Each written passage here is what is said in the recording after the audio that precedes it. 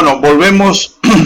Creo que es para ustedes mi última clase de aula virtual, así que aprovechemos.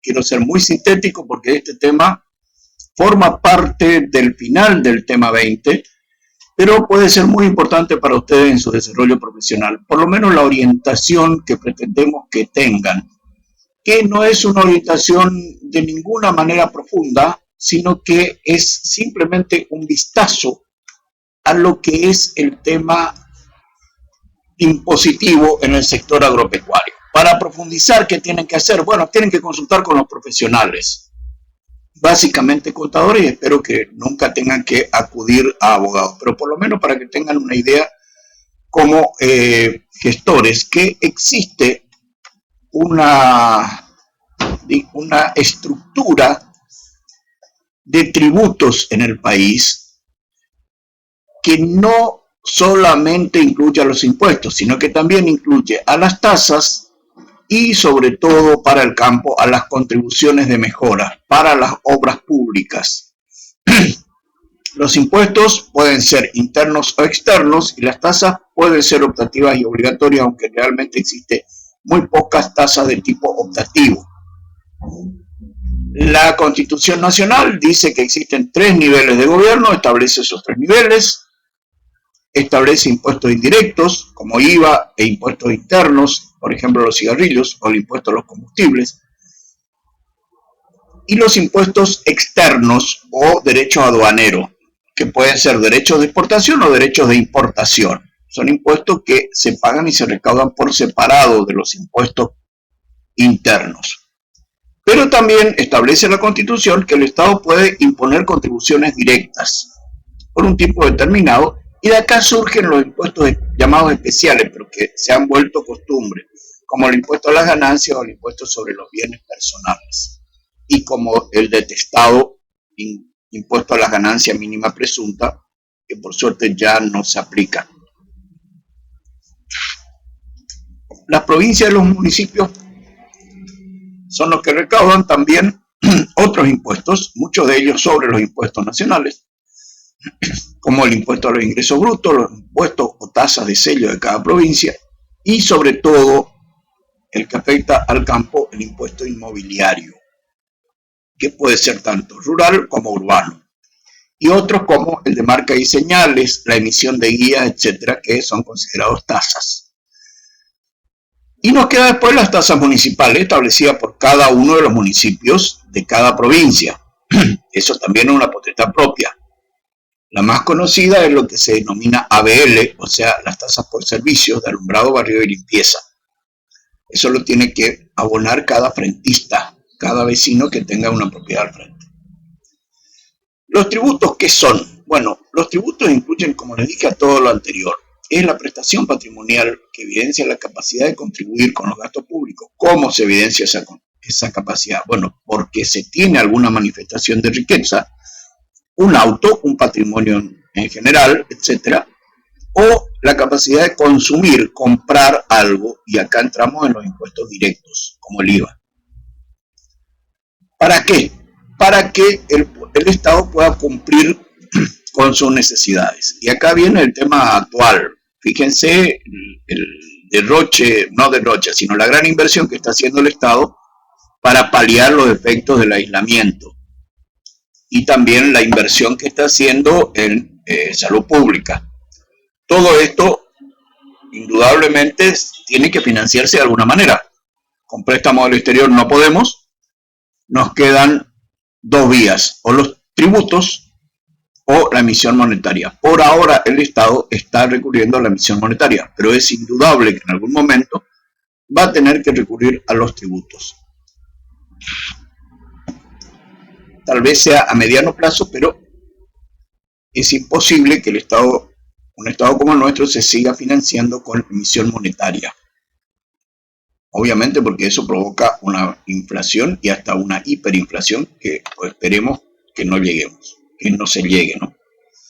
Las tasas son contribuciones, pero que tienen una contraprestación, es decir, son estos tributos, no contribuciones, dije mal, son tributos que el Estado establece, pero que presta algún tipo de servicio. Ya dijimos, la más habitual es alumbrado, barrio y limpieza, habitual y evidente, pero eso es a nivel municipal. A nivel nacional tenemos la contraprestación del SENASA, por ejemplo, la contraprestación de las tasas de servicio de puertos, y tenemos las tasas de comercio a nivel de municipio. ¿Cuál es la contraprestación supuesta en la tasa de comercio? Es el control que ejerce el Estado sobre los comercios habilitados al público, el control de seguridad y el control de sanidad. No siempre lo hace, no siempre se recibe la contraprestación, yo diría que el 99% no se ejerce como tasa, sino como impuesto, pero esa es la idea, por lo menos en papeles. Y tienen como causa origen del tributo el uso efectivo o potencial, como les decía, muchas veces potencial, de esos servicios públicos. También pasa con la tasa judicial que hay que pagar cada vez que uno inicia alguna causa en los juzgados. Después de las tasas tenemos las contribuciones, que esto sí es casi específico para el agro, para el campo. Las contribuciones son tributos en los que el sujeto pasivo o contribuyente recibe una contraprestación. Por ejemplo, un alcantarillado nuevo, una canalización, la ampliación de servicios, por ejemplo, de la red eléctrica, o la construcción de un camino. Entonces, los beneficiarios directos o indirectos, pero con una relación que se puede establecer, son los que tienen que pagar por esa contribución. En nuestra provincia, gran parte de estas obras se financian de otra manera, se financian con un fideicomiso, el Fondo de Desarrollo Rural. Pero esto da para una clase especial y alguna vez tal vez hagamos una charla o algún curso online para explicarles esta buena idea que surgió allá por el 2003, si no me equivoco, que está funcionando bien, que sirve mucho para el mantenimiento, después de muchas experiencias negativas en el tema de la conservación de caminos rurales. El Fondo para el Desarrollo Rural ha sido una excelente iniciativa y está funcionando muy bien prácticamente en toda la provincia. Y llegamos al kit de la cuestión. ¿Qué son los impuestos? Los impuestos son contribuciones que deben ser pagadas por las empresas físicas o jurídicas. Eso lo dice el artículo 141 del Código Civil y Comercial, que se encuentren en una situación jurídica o de hecho prevista por la misma. Es decir, que exista lo que se denomina un hecho imponible. Acá, por favor, destaquemos algo que por ahí he escuchado barbaridades, sobre todo en el periodismo mal informado. El impuesto no lo pagamos todos, el impuesto lo paga el que configura de alguna manera un hecho imponible. Paga impuestos automotores el que es titular de un automotor, el que es dueño de un automóvil. Paga impuesto inmobiliario el que es dueño de un inmueble. Paga impuesto al valor agregado el que compra algún bien grabado, prácticamente todos, por el impuesto al valor agregado. Tiene sí una potestad de derecho público, o sea que cuando existe esa manifestación de riqueza hay que pagar el impuesto. Y no requiere ningún tipo de contraprestación por parte del Estado, simplemente es el ejercicio de su poder fiscal. Hay elementos que es lo que hacen que el impuesto se pueda determinar, calcular y proyectar, que son el hecho imponible, como les dije, el sujeto pasivo, ¿quién paga el impuesto? ¿Quién paga el impuesto a los combustibles? El que carga el combustible en una estación de servicios o el que compra combustible para su campo, para las máquinas, para las bombas del campo. Ese es el que paga y lo paga en la factura directamente. ¿Quién es el sujeto activo? El que lo administra. El impuesto inmobiliario urbano, ¿quién lo administra? La municipalidad en la mayoría de nuestros municipios. En Córdoba, por ejemplo, no es exactamente así. ¿Quién administra el impuesto inmobiliario rural? La provincia, en general las provincias. ¿Y cuál es la base imponible?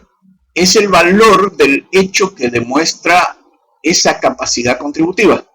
O el precio neto del bien, yo compro una computadora, precio neto 40.000 pesos, el valor agregado sobre eso es el 21%, son 8.200 pesos, 48.200 me cuesta a mí la computadora, pero el precio neto real es 40.000, ¿sí? La alícuota de ese porcentaje, el que les hablé recién, en el IVA es el 21%, aunque hay bienes grabados al 10,5% y otros bienes grabados al 27%, y hay una sobretasa sobre determinados bienes que es una retención del 3% que termina pagándola al consumidor. Y la cuota tributaria es el importe del impuesto, es cuánto tengo, el quantum a pagar del impuesto. Entonces, esto es lo que hace, digamos, a la estructura del impuesto, ¿sí? Pueden ser directos o indirectos, ya hablamos de eso, no quiero repetirme. Si quieren ver los ejemplos, los tienen ahí. Hay una clasificación según la OCDE, y acá lo único que quiero compararlo, digamos, es que para la OCDE existen, por un lado, las contribuciones de la seguridad social, y por el otro lado, los impuestos sobre nómina de trabajadores y mano de obra. En realidad, esto último es un esquema de Estados Unidos y algunos otros países, en los que nosotros tenemos este esquema de aportes y contribución a la seguridad social, y yo creo que no deberíamos incluirlos como impuestos, sino como contribuciones, porque es otro entramado legal bastante más complejo, donde existe un beneficiario directo y un beneficiario indirecto. Tiene, digamos, todos los atributos de impuestos, pero yo creo que no son impuestos. Es más, ahora cuando veamos la diferencia que tenemos en la administración de los impuestos nacionales, veremos que estos están separados. Y bueno, impuestos pagados por negocios específicos, generalmente son los negocios de lujo, o por ejemplo los negocios dedicados al ocio, como los cines, los alojamientos transitorios, los negocios de espectáculos, etcétera. Esos son para la OCDE, y acá también se graban con los mismos impuestos generales, pero con unas tasas específicas, mucho más alta que la tasa común. Como les decía, la estructura nos muestra que hay una Administración Federal de Ingresos Públicos, que depende de la Secretaría de Ingresos Públicos de la Nación, y que recauda los impuestos nacionales, el IVA, ganancia, percepción, retención, etc. Pero está dividida en tres direcciones. Una es la de aduanas, que se encarga de los impuestos a las operaciones con el exterior. La otra, la que tiene mayor complejidad, más de 130 impuestos, la Dirección General Impositiva. Y como apostilla, esos 130 impuestos con sus variantes, retenciones y demás, hace que en nuestro esquema existan más de 300 tipos de cálculos con distinta base imponible, con distintas alícuotas, distintos momentos y distintos sujetos obligados. Con solo entrar en el sitio de la FIP y ver alguna de las aplicaciones, de las variantes de las aplicaciones, van a encontrar ese número aterrador. Pero bueno, no todos afectan al campo, pero sí muchos afectan a los contribuyentes personales. Por ejemplo, el impuesto que acá está grabado, el impuesto a las ganancias sobre cuarta categoría, lo van a tener que pagar en algún momento como profesionales o en relación de dependencia o como profesionales autónomos. Y después tenemos la Dirección General de Recursos de la Seguridad Social, que es lo que normalmente se conoce como aportes y contribuciones sobre sueldos y jornales. A nivel provincial, ¿qué tenemos? Bueno, tenemos, como les dije, inmobiliario rural, ingresos brutos y sellos, básicamente.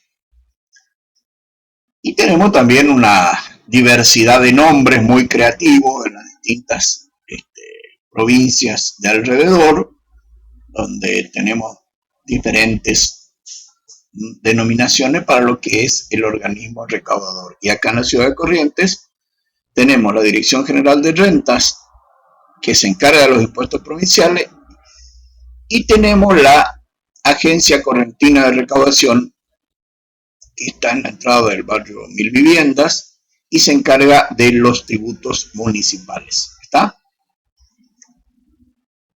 ¿Cuáles son los que afectan al agro? Bueno, el IVA, el impuesto al cheque por las operaciones, el impuesto a las ganancias, tanto si es una explotación unipersonal como una sociedad, tiene que pagar impuesto a las ganancias, y el impuesto a los bienes personales en cabeza de los dueños de esas explotaciones. Eso lo recauda la DGI AFIP o AFIP-DGI.